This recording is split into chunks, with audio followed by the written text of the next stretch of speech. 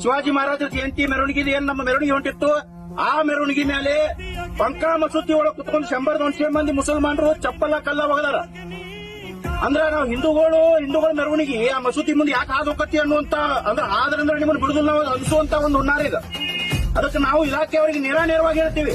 ನಿನ್ನೆ ಅಲ್ಲಿ ಯಾರು ಇರ್ಲಾರ್ದ ಈ ಘಟನೆ ನಡೆದಿಲ್ಲ. ನೇರವಾಗಿ ಎಸ್ಪಿ ಅಲ್ಲಿದ್ರು, ಸಿಪಿಐ ಅಲ್ಲಿದ್ರು, PSI ಅಲ್ಲಿದ್ರು, ಪೊಲೀಸ್ ಬಂದೋಬಸ್ತಿ ಅಲ್ಲಿ ಇತ್ತು.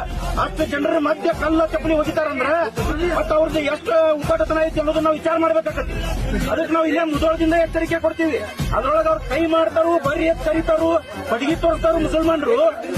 ನಾವು ಎಚ್ಚರಿಕೆ ಕೊಡ್ತೀವಿ. ಬರೀ ಬಾಗಲಕೋಟೆ ಅಲ್ಲ, ಮುದೋಳ, ಜಮಖಂಡಿ, ಇಳಕಲ್ಲ, ಬದಾಮಿ ಎಲ್ಲಾ ಕಡೆಯಿಂದ ಹಿಂದೂಗಳು ಬರ್ತೀವಿ. ಅದ ಬಂಕಾ ಮಸೀದಿ ಒಳಗೆ ನಿಮ್ ಬಾಯಾಗ ಬೂಟ್ ಇಡ್ತೀವಿ ಅಂತ ಹೇಳಿ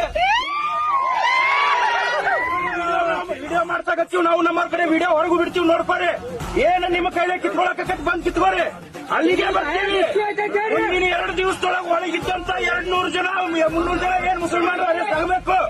ಅರೆಸ್ಟ್ ಆಗ್ಲಿಲ್ಲ ಅಂದ್ರೆ ಅವ್ರೆಲ್ಲರೂ ನಾವು ಹುಡುಕಾಡಿ ಬೂಟ್ಲೆ ಬರ್ತು ತಗೊಂಡ್ಬಂದು ಸ್ಟೇಷನ್ದಾಗ ಕೊಡ್ತೀವಿ ಅಂತ ಹೇಳಿ ಇಲ್ಲಿಂದ ನಾವು ಎಚ್ಚರಿಕೆ ಕೊಡ್ತೀವಿ. ಬರುವ 2 ದಿನದೊಳಗೆ ಅರೆಸ್ಟ್ ಆಗಿಲ್ಲ ಅಂದ್ರೆ ದೊಡ್ಡ ಪ್ರತಿಭಟನೆಯನ್ನ ಎಲ್ಲಾ ಹಿಂದೂ ಸಂಘಟನೆ ಕಾರ್ಯಕರ್ತರು ಕೂಡ ನಾವು ಇಲ್ಲಿ ಮಾಡೋರಿಗೆ